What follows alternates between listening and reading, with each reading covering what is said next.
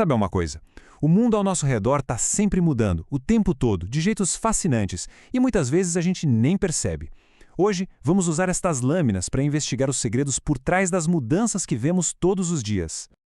Bom, vamos lá. Para começar, uma cena que, olha, todo mundo já viu. Um simples cubinho de gelo derretendo num copo com água. Parece a coisa mais banal do mundo, né? Agora, que tal uma mágica que acontece na cozinha? A gente pega aquela massa líquida, grudenta, coloca no forno e... tcharam! Sai um bolo fofinho, dourado, é uma transformação e tanto. E esse aqui, então, parece até truque de mágica. A gente joga um punhado de sal na água, dá uma mexidinha e... pronto! Sumiu! Desapareceu! Como se nunca tivesse estado ali. Pois é. E aí que a gente para e pensa. Será que todas essas mudanças são a mesma coisa? O gelo derretendo, o bolo assando, o sal sumindo. O que será que está acontecendo de verdade nos bastidores de cada um desses eventos? Para a gente começar a desvendar isso, a ciência tem um nome para tudo isso que acontece. São os fenômenos. E é a ciência que nos dá as ferramentas para a gente não só olhar, mas entender de verdade o que são esses fenômenos. Beleza. Agora a gente vai começar a decifrar esse código. Acontece que dá para a gente organizar todas essas mudanças em duas grandes categorias. E quando a gente entende essa divisão, tudo começa a fazer mais sentido. Olha só, esta lâmina aqui é o ponto central de tudo. De um lado a gente tem os fenômenos físicos. Basicamente, a aparência da coisa muda, mas do que ela é feita, continua igualzinho. Pensa no gelo que vira água. Agora, do outro lado, tem os fenômenos químicos. Aí a coisa é séria. A transformação é tão profunda que cria algo totalmente novo. Então, o lance com os fenômenos físicos é esse. A essência da substância não muda. O gelo derrete e vira água líquida. Se essa água evaporar, vira vapor. Mas, no fim das contas, é tudo água. H2O. A mesma coisa com o papel. Se a gente rasga, ele vira pedacinhos menores. Mas continua sendo papel, certo? A identidade está ali, intacta. Ah, mas nos fenômenos químicos, a história é completamente diferente. É uma repaginação total mesmo. É exatamente por isso que a gente cozinha os alimentos. O calor transforma os ingredientes crus em outra coisa, algo novo, com outro sabor, outra textura. Pensa no prego. O ferro reage com o oxigênio do ar e vira ferrugem. Ferrugem não é mais ferro puro, é uma substância nova.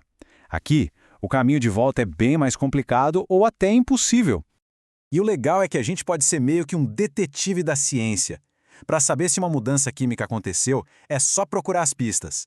A coisa mudou de cor de repente? Começou a soltar bolhas, um gás? Liberou calor ou luz como numa fogueira? Se a resposta para alguma dessas perguntas for sim, pode apostar que tem uma transformação química rolando ali. Ok, então já sacamos a diferença entre as transformações, né? Uma só muda a aparência, a outra cria algo novo. Mas e o sal na água? O sal não virou outra coisa, nem a água. Eles só se juntaram. Como a ciência chama isso? Aí a gente entra no mundo das misturas. Uma mistura é exatamente isso, uma combinação de duas ou mais coisas que ficam juntas no mesmo lugar. Mas, e esse é o pulo do gato, não tem reação química entre elas. Cada uma continua sendo o que era antes. E claro, as misturas também se dividem em tipos. Pensa assim. As homogêneas são aquelas que, depois de prontas, a gente não consegue mais ver as partes separadas. Fica tudo com uma cara só, uniforme. Pensa no sal com água ou num suco bem batido. E já as heterogêneas, essas entregam o jogo. A gente bate o olho e vê as diferentes partes. É o caso da água e do óleo. Não tem como disfarçar. E aqui temos ótimos exemplos para fixar a ideia. A água com sal, depois que dissolve, é homogênea. O próprio ar que a gente respira é uma mistura homogênea de vários gases. Já do outro lado, a água e o óleo, que nunca se bicam. Ou a areia na água, ou até uma pedra de granito, onde a gente vê aqueles pontinhos de cores diferentes. Tudo isso é exemplo de mistura heterogênea. Beleza, a gente sabe misturar. A pergunta que vem logo em seguida é: e para separar? Dá, com certeza. E para isso, a ciência tem uma caixinha de ferramentas cheia de técnicas diferentes. Olha só algumas dessas ferramentas. A filtração, por exemplo. A gente usa todo dia para passar café, né? Separando o pó sólido da água líquida. Tem a evaporação, que é perfeita para pegar de volta um sólido que dissolveu. É assim que se tira o sal da água do mar nas salinas. E a decantação, que é ótima para separar líquidos que não se misturam e têm densidades diferentes, como o óleo e a água. Até agora, a gente ficou muito na cozinha, em exemplos do dia a dia, mas Por que tudo isso é tão importante? Por que entender essas transformações e misturas faz diferença? Vamos ampliar um pouco o nosso olhar e ver o impacto disso tudo no mundo real, em grande escala. E o impacto é, gigantesco. É porque a gente domina as reações químicas que conseguimos criar remédios que salvam milhões de vidas. É entendendo os materiais e as misturas que a gente desenvolve desde os plásticos, que mudaram completamente como a gente embala as coisas, até os chips dos nossos celulares e as roupas que vestimos. Só que esse poder todo de transformar a matéria também vem com uma responsabilidade enorme. O descarte errado de produtos químicos causa poluição. A produção em massa de plásticos virou um problema ambiental gigantesco.